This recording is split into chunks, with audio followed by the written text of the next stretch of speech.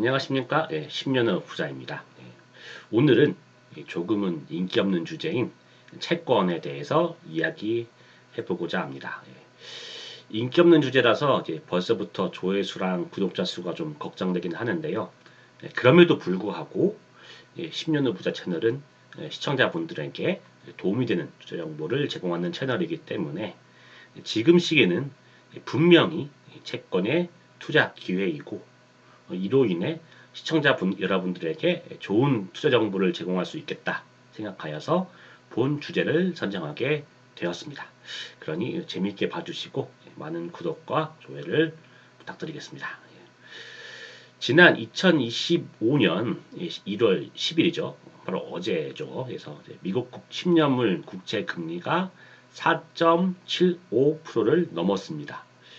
이게 얼마나 높은 수치냐면 최근 10년 동안에 미국 10년물 국채 금리가 가장 높았던 시기가 2023년 말 4.92%였거든요. 그런데 2023년 말에는 기준 금리를 23년 중반에 5.5%까지 높이고 더 높일 수 있다 없다 얘기가 나오면서 기준금리가 더 올라가는 거 아니야? 라는 조바심이 있었는데 근데 기준금리가 5.5%인데 장기물 금리가 4% 초중반대였거든요. 그래서 이거 10년물 금리 너무 낮다는 얘기가 나오면서 갑자기 치솟으면서 4.92까지 찍게 되었습니다. 그런데 현재는 그때보다 기준금리가 1% 이상 낮아졌는데 그럼에도 불구하고 그 시절과 거의 비슷한 금리에 도달하게 되었습니다. 그렇다면 사실상 10년 만에 찾아온 호재라는 것인데 지금 10년을 통틀어서 사실상 가장 높은 금리라고 볼 수 있는 것인데 그러면 이런 호재니까 지금 채권에 몰빵해야 되는 거 아니냐 라는 생각도 할 수 있는데 그렇지는 않습니다. 그거는 제가 차분히 뒤에서 설명을 드릴 거고요.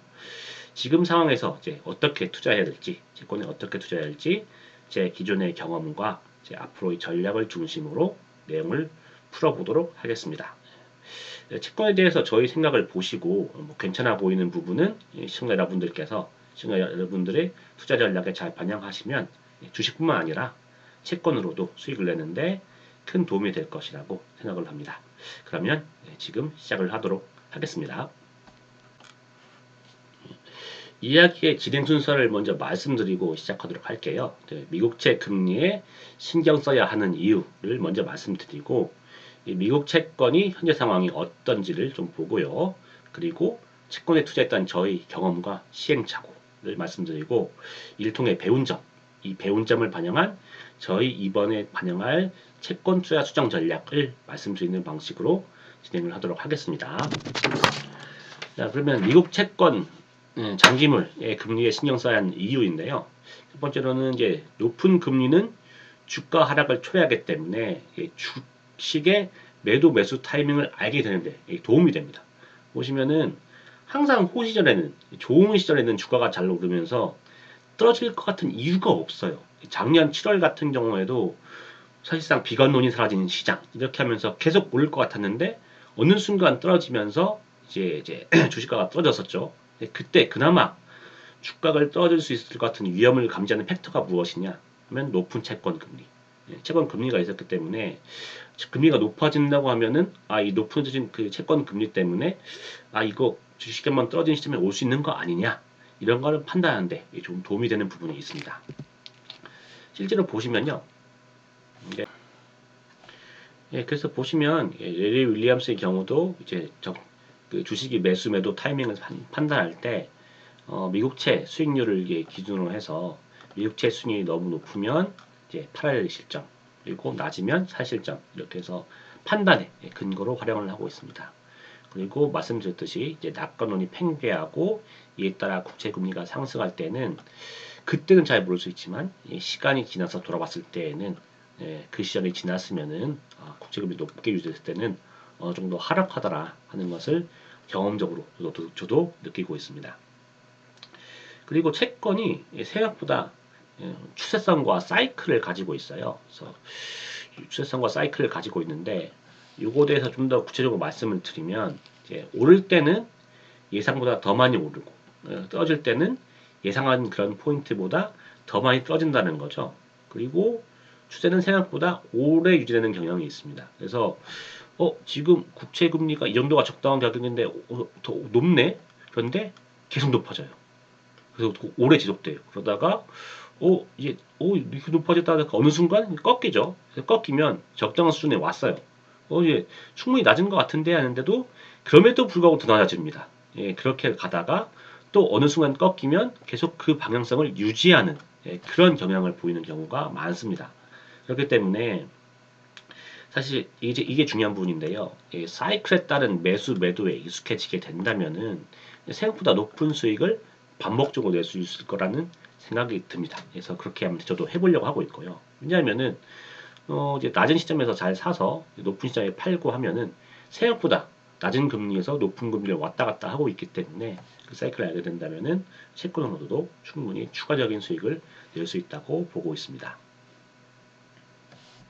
그리고 채권하면 항상 나오는 얘기가 안정적인 수익을 위해서 채권을 사야 된다는 얘기 나오는데 그거는 좀 제가 비판하고 싶은 것이 자, 그런 얘기가 나오는 대부분의 얘기는 사실상 펀드에서나 나오는 얘기인 거예요. 왜냐면 펀드란 것 자체가 사실상 이제 그 개인 투자자들의 투자금을 모아서 하는 것이기 때문에 펀드에서 한 달, 두 달이라도 손실이 나기 시작하면 투자금이 빠져나가 버려요. 그렇기 때문에 항상 플러스 수익률을 유지하기 위해서 채권을 섞어주는 것이지 뭐 개인 투자자 같은 경우에는 내가 12월에 이 수익을 내겠어 하는데 3, 4월에 마이너스 나도 상관없는 거거든요. 항상 플러스일 필요가 없기 때문에 뭐 굳이 뭐 그 달 지나가는 과정상에 있는 달의 수익률을 유지하기 위해서 채권 섞을 필요는 전혀 없다고 보고요.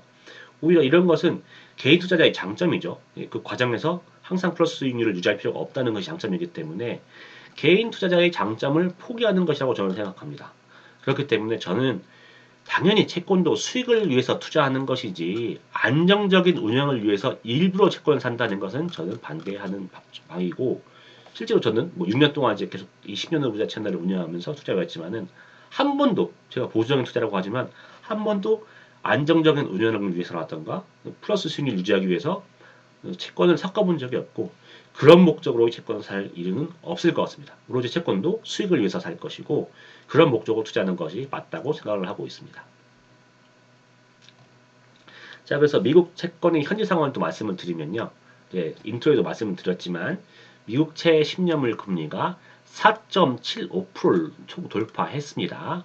또 재밌는 게 뭐냐면은 이게 언제부터 올라기 시작했냐면은 자, 2013년 말로 가시면 자, 2024년은 드디어 금리 인하할 시기가 올 거야. 2013년 12월에 파월이 2024년에는 세 번 금리를 내리겠다고 했어요. 그래서 금리가 낮아지기 때문에 2024년도에는 채권 가격이 오를 거야. 그러면서 대부분의 사람들이 2024년도에는 채권이 좋을 것이라고 얘기했었습니다. 근데 말씀드렸듯이 채권은 추세성을 가지고 그 추세성이 상당히 길게 유지된다고 말씀을 드렸죠. 그래서 이 높아진 금리 때문에 떨어져야 되는데 안 떨어지고 계속 버티는 거예요. 그래서 장기물 투자하신 분들이 이거 수익을 내기 위해서 하는 건데 자꾸 안 떨어지니까 수익을 못 내면서 상당히 오랜 기간을 기다려 왔었어야 했는데 재밌는 건 뭐냐면은 그러다가 이제 10월까지 이제 금리가 조금씩 떨어지면서 드디어 이제 어느 정도 떨어졌었죠. 그리고 드디어 10월 달에 미국이 아니 9월이죠. 9월에 파월이 금리 인하를 했습니다. 재미난 게 그때보다 다시 금리가 오르기 시작을 하는 거예요. 금리가 오르기 시작하는 건데 이 금리가 오르는 거에 대해서 현재 미디어에서는 트럼프가 집권을 하고 있고 트럼프가 계속 국채를 끄집어내면서 계속 이제 정부의 지출을 이렇게 증가시킬 것이기 때문에 국채의 금리가 높게 유지될 수밖에 없습니다. 이런 식으로 현재 높아지는 금리를 당연한 것처럼 얘기하는 것이 더 많긴 한데 지금 상황은 당연한 상황이 아니고 보통의 경우에는 기준금리를 낮추면은 장기물 금리도 같이 떨어지게 돼요. 그래서 보시면 여기서 검은색 그래프가 보통의 모습이거든요. 그래서 금리를 낮췄을 때는 이제 보통 아시다시피 이렇게 장기물 금리도 낮아질 수밖에 없는 게 보통의 결과인데 지금은 반대로 금리를 낮춘 시점부터 오히려 장기물 금리가 오르고 있고 현재 그 격차가 점점점 더 커지고 있는 상황입니다. 얼마나 더 커질지는 알 수가 없어요. 왜냐면은 말씀드렸듯이 추세성이 강하기 때문에 이런 것이 현재 미국의 모습입니다. 그러면 이렇게 지금 높은 금리고 차이가 큰 건 알겠어. 그리고 이게 언젠가는 정상화 될 것도 알겠어. 그러면은 지금이 투자 타이밍이기 때문에 지금 많이 사둬야 되는 것인가? 어떻게 되는 것인가? 이런 부분이 문제가 될 수 있는데 결국 이거 핵심이겠죠. 이거에 대해서는 제가 기존의 투자, 그리고 현재의 투자 방식을 말씀드린 다음에 그것으로 이제 설명을 하도록 하겠습니다. 자, 그러면은 저희 예전에 기존의 투자 방법들을 말씀을 드리면 저는 2023년에 이제 TLT 미국 장기채 ETF를 투자를 했죠. 저는 이제 매일 이제 한국경제신문의 월스트리트 나우와 여러 가지 미디어 방송들을 보는데 거기서 보시면 윤재성 CIO님이 많이 나오세요. 그러면서 이제 금리에 대한 얘기 많이 하시고 채권에 대한 얘기도 많이 하시면서 5.5% 기준 금리를 유지하면서 계속 채권 가격은 떨어졌었죠. 참 채권 투자자들에겐 힘든 시기였을 겁니다. 이렇게 채권이 쭉 떨어지면서 5.5%까지 찍고 더 이상 안 내릴 것 같은 낌새를 보이자 사실상 이때 다 왔구나 라는 생각이 들면서 윤재정 CIO님도 그렇고 지금 채권 가격이 너무 싸다라는 얘기가 나오면서 저 또한 판단해 보니 그랬던 것 같아요. 그 시기가 그런 것 같아서 저도 TLT 100달러 이하에서부터 이제 분할 매수를 들어갔었죠. 그런데 저도 그때 몰랐고 지금도 충분히 이제 알게 된 거지만 생각보다 이 추세성이라는 것이 깊고 길어요. 그래서 100달러 찍고 반등하는 게 아니라 이게 흐물흐물하면서 더 점점점 더 벌어지는 거죠. 그러면서 TLT가 이제 85달러까지 갔었죠. 그래서 이때 생각에서는 바로 올라줄 거니까 한 몇 개월, 한 2, 3개월도 안 들고 있다가 팔고 수익 낼 수 있을 줄 알았는데 그렇지 않고 한 6개월, 7개월 정도 들고 있었던 것 같고 뭐 계속 떨어지다 보니까 물타기는 했지만 이럼에도 불구하고 생각보다 많이 떨어지다 보니까 결국 팔았을 때는 수익률이 크지 못했던 것 같아요. 더 슬픈 거는 전 팔았기 때문에 망정이지만 마치 장기물 금리 그러니까 미국 패드 금리가 낮아지면은 그때 되면 더 떨어지겠지라고 생각하고 아직도 안 파신 분들께는 사실상 뭐 아직 수익을 못 내고 있는 그런 상황이 되어버렸겠죠. 그래서 그렇습니다. 그리고 저는 2024년 중반부터 이제 TMF 이거는 미국 장기물 3배 ETF예요. 요걸 투자하기 시작했습니다. 그래서 제가 이제 TLT를 투자하다가 계속 그 시간을 버티다가 드디어 이제 정말 아무리 수성이 깊다고 하지만 진짜 다 온 것 같다. 이제 곧 파월이 10월 달 되면은 9월 10월 되면은 인하한다고 했는데 이젠 정말로 이제 금리가 채권 금리가 떨어질 것이라 생각하고 3배 ETF로 들어갔습니다. 그래서 이때는 제 운이 좋았어요. 그리고 추세성이 생각보다 길 수가 있으니까 한 번에 크게 떨어졌을 때 크게 먹는다고 생각 안 하고 등락에 따라서 조금씩 판다고 생각을 했어요. 그래서 1% 상승하면은 몇 주 팔고 다시 떨어지면 몇 주 사고 하는 방식으로 트레이딩 방식으로 접근을 했는데요. 이게 근데 쭉 떨어지다 보니까 더 많이 팔게 되죠. 사는 날보다 파는 날이 더 많다 보니까 다행히도 이제 사고 팔고 하면서 이 최저점 근처 어느 지점에서 다 팔았어요. 다 팔고 수익을 냈고 했는데 문제는 더 떨어지고 어느 순간 다시 또 이제 금리가 오르기 시작하는 거죠. 근데 아니 파월이 이미 금리 인하를 했고 앞으로도 더 계속 금리 인하할 것인데 이거 채권 금리가 왜 오르는 거지? 이거 논리적으로 설명이 안 돼. 이건 기회야 생각하고 다시 다 판 다음에 그래서 다 팔았죠. 팔고 4%를 다시 넘는 걸 보고 이건 기회라 생각하고 매수를 다시 시작했습니다. 그래서 보면서 4% 넘으면서 야 이거는 정말 4% 넘는 크게 오른 건데 기회이기 때문에 좀 더 많이 사야겠다라고 생각을 했었습니다. 그런데 이제 큰 위기가 날 뻔했던 것이 제가 다음 장에서 또 말씀을 드릴게요. 자, 4% 넘었을 때 제가 만들었던 전략입니다. 워낙 이제 지금이 금리 4%가 너무 그때 높다고 생각했기 때문에 그때 80만 원 사고 그다음에 4%에서 4.1% 되면 120만 원 사고 180만 원 더 사고 1%당 260만 원 사고 해서 이렇게 계획도 샀으면은 지금 한 1000만 원 이상 TF를 들고 있겠죠. 3배 ETF이기 때문에 손실도 3배로 발생합니다. 그렇게 됐을 건데 다행히도 이제 이렇게 살려고 하는데 뭐 드래큰 밀러는 장기물에 대해서 숏을 쳤다. 윤주상 CIO도 지금 좀 더 높아질 것 같은 추세에 있다. 라는 얘기를 듣고 음, 저도 아직 그땐 지금도 그렇지만 채권을 잘 모르기 때문에 그리고 세배 ETF의 변동성에 대해서 아직 경험이 부족하기 때문에 내 생각은 그렇지만 대가들이 말을 그렇게 하는 걸 보니 투자하더라도 투자의 비중을 좀 낮춰야겠다 생각을 하고 투자를 이렇게 안 하고 조금씩만 했어요. 그래서 그러다 보니까 다행히 지금 큰 화를 모면한 그런 상황이 되었습니다. 지금은 4.75%까지 도달을 했지만 지금 한 200만 원 정도만 지금 투자가 된 상황입니다. 물론 TF 손실은 3배이기 때문에 20% 정도 된 상황이고요. 자, 그래서 이제 기존에 제가 투자했던 방식들을 말씀을 드렸고, 그래서 이 투자 과정에서 제가 배웠던 점은 첫 번째로는 제도 그 인터 때도 말씀드렸지만은 정말 미국 국채는 수혜성이 강하다는 거. 그래서 한 방향으로 가면은 그게 길게 오래 지속돼요. 그렇기 때문에 야 이거 정말 괜찮은 가격이다. 이때 사는 게 아니고 야, 정말 말도 안 되게 업월드한 그런 가격이다 싶을 때 저도 후회하는 것이 제가 3.7, 8%에서 채권을 다 팔아서 수익을 낸 다음에 4%가 되었을 때 고작 0.2% 올랐을 때 채권을 다시 하면 안 됐었어요. 그걸 다시 또 후회를 하고요.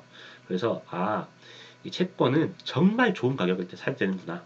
그것이 그래야 투자 기간을 줄이고 수익률을 지킬 수 있는 방법이구나 하는 것을 느꼈습니다. 또 두 번째로는요. 채권의 대가들에 대한 판단을 기울여야 한다. 이것들이 많이 컸죠. 제가 만약 1000만 원 넘게 투자했으면 제 손실은 지금 300만 원 넘게 3, 400만 원이 됐었을 건데 다행히 대가들의 얘기에 귀를 기울임으로써 큰 화를 면할 수 있게 되었습니다. 그래서 윤재상, 비레크만, 드라켄밀러 등도 채권에 기회가 오면 움직이세요. 움직이기 때문에 이분들이 어떻게 움직이는 걸 보고 어쨌든 투자는 제가 하는 것이기 때문에 제 판단이 중요하지 않습니까? 아무리 남 대가들이 이렇게 판단한다 하더라도 제 판단이라면 저는 투자할 건데 다만 제 판단과 대가들의 판단이 다를 때는 크게는 투자하지 않겠다. 그것이 배운 점이고 저희 수익을 지켜줬던 점이고요. 세 번째는 분할 매수, 분할 매도가 필요하다는 거. 이게 중요한 부분이라고 생각합니다. 지금도 4.75% 굉장히 높은 지점이지만 더 높아질지는 어느까지 높아질지는 알 수가 없어요. 제가 4% 때도 높다고 생각했지만 4.3%, 4.5%, 4.75%까지 왔지 않습니까? 지금도 물론 높은 금리지만 더 높아질 수 있어요. 그렇기 때문에 어느 지점에서 크게 투자를 해버리면 나중에 물타기를 하더라도 수익 손실이 나타날 수도 있는 부분인 것이고 그 손실이 만회가 안 될 위험성도 있습니다. 그리고 팔 때도 어디까지 찍고 다시 올라갈지는 또 알기가 어려운 부분이 있습니다. 만약에 제가 파월이 금리 인하한 다음에 계속 금리가 낮아질 거라고 생각해서 안 팔고 버텼으면 4%까지 올라왔지만 그게 논리적으로 말이 안 되는 부분이고 다시 또 3.5%대, 3.6%대까지 떨어질 거야 생각해서 안 팔고 있었으면 지금 저는 채권을 하나도 못 팔았을 겁니다. 그렇기 때문에 어느 정도 적정 가격이 되면 다시 또 조금씩 팔아줘야 된다는 거 또한 중요한 부분이라고 생각합니다. 그리고 이제 행보 기간 동안의 트레이딩 박스도 당연히 유효하지만 이렇게 이렇게 왔다 갔다 등락을 반복할 때는 세배 ETF이기 때문에 이때 사고 팔고 하는 것도 어느 정도 수익은 낼 수 있어요. 그런데 제가 그 높을 때나 진짜 다 해봤지만 채권 금리가 높을 때는 이게 다 쭉 떨어져 버리면 어찌됐든 수익은 내는 거예요. 이 살다가 팔고 하면서 더 큰 수익을 못 내고 이 지점에서 팔 수는 있겠지만은 어쨌든 수익이 내고 끝납니다. 근데 반대로 낮아진 지점에서 금리가 낮은 지점에서 사고 팔고 하다가 금리가 높아져 버리면 채권 가격이 훅 떨어지죠. 그렇게 되면은 이게 팔려면은 손실을 내면서 팔아야 돼요. 손실을 각오하면서 손절을 해야 되는 거죠. 이때는 생각보다 손이 잘 안 나갑니다. 그렇기 때문에 횡보 기간의 트레이딩 전략도 한 건 좋아요. 할 수 있지만 한다면은 금리가 낮은 지점에서 하는 것은 위험할 수 있다. 그렇기 때문에 저는 앞으로 횡보 기간에서 약간 푼돈을 먹기 위해서 들어간다 치면은 금리가 높은 지점에서 떨어질 것이 예상되는 그런 시점에 들어가려고 하고 있습니다. 자, 그래서 이렇게 배운 점을 반영한 이제 제가 채권 투자할 투자 전략을 말씀드리면요. 첫 번째로 아까 말씀드렸지만 행보 시의 트레이딩 전략은 금리 저점에서만 하겠다. 그래서 지금은 금리 인하기지 않습니까? 어찌되었던 지금 파월은 계속 뭐 1년에 한두 번, 두 번, 세 번이 될지 모르겠지만은 아직까지는 금리 인하기예요. 그래서 이제 인플레 우려가 발생하고 금리를 충분히 낮췄으면은 그때부터는 인플레를 잡기 위해서 금리를 높이겠다는 얘기를 하겠죠. 그리고 파월이거나 파월이 아닌 그 다음 사람이 패드 의장이 된다고 하더라도 시장과의 소통이 되게 중요하게 되었기 때문에 올릴 때는 자기가 올릴 것이라고 분명히 말을 할 것입니다. 자, 그렇게 해서 패드가 선언해서 금리를 올린다고 얘기가 나오면 자, 그때부터는 금리가 인상하는 시장으로 돌아서기 때문에 그때는 어차피 이제 올라갈 거니까 횡보 전략도 가능하겠다. 그래서 지금 시점에서는 이제 횡보상에서 트레이딩을 위해서 돈 벌 생각은 이제 접었고요. 지나서 이제 금리가 지나서 뭐 내년이든 내후년이든 이제 올라가는 시점이 되면은 그때 접점이라고 하면은 횡보 전략도 추가를 하려고 하고 있습니다. 자, 그리고 한쪽 방향성을 잡고 움직일 때 이제 지켜보는 거죠. 이게 지금 이렇게 행보 있게 하다가 말씀드렸듯이 이제 채권은 수성을 가지고 한 번에 쭉 가는 경향이 있기 때문에 이렇게 가다가 한 번에 쭉 가기 시작하면은 왜 이렇게 올라 보였지? 이게 다시 금방 낮아지는 게 아니고 이게 쭉 가는 경향을 보이죠. 그렇기 때문에 한쪽 방향으로 방향성을 잡고 움직일 때부터 지켜보려고 하고 있습니다. 그래서 이제 행보 구간 대비 이제 0.5% 이상, 0.5% 이상 등락을 하게 되면은 여기서 샀었을 때 0.6% 이상 오르면 이제 좀 팔만하다. 그래서 팔고 빠지면 이제 좀 살만하다. 그래서 사고 해가지고 매수 매도 전략을 계속 좀만 오르면 사고 파는 것보다 좀 더 좋은 가격에 사기 위해서 0.5% 이상 등락을 살펴보도록 하겠습니다. 그리고 말씀드렸듯이 저는 어떻게 될 것 같아? 어떤 추세를 가질 것 같아? 라고 생각했는데 제가 생각한 추세가 될 거라는 판단이 틀렸을 때는 말씀드렸듯이 크게 투자하지 않도록 하겠습니다. 또 세 번째로 일단은 이게 말은 쉽지만 제가 1년 동안 해보니까 생각보다 지쳐요. 이게 말씀드렸듯이 추세가 길게 유지되기 때문에 나는 한 3, 4개월에서 팔아가지고 이 판돈으로 다른 거 투자하려고 했었는데 이게 안 되니까 계속 돈이 묶여 있으니까 좀 답답한 경향이 있을 수도 있어요. 그렇기 때문에 이럴 때는 이제 너무 정신적으로 지치는 걸 방지하기 위해서 0.5% 이상 차이 나는 그런 시점까지 계속 마냥 기다리기보다도 그냥 너무 이제 좀 그런 기간이 길어지고 지금 딴 거 투자할 필요도 있고 레버리지도 너무 커서 좀 갚아줘야 되고 어느 정도는 이 정도의 작은 수익이지만 만족해서 나오고 싶다 싶으면은 그냥 그러면 그런 대로 어느 정도 팔고 나오려고 할 생각도 있습니다. 왜냐면은 말씀드렸듯이 생각보다 보유기간이 길어질 수 있고 길어질 수 있기 때문에 그리고 큰 수익을 누르지 않는 것이 낫기 때문에 이렇게 가도록 하겠습니다.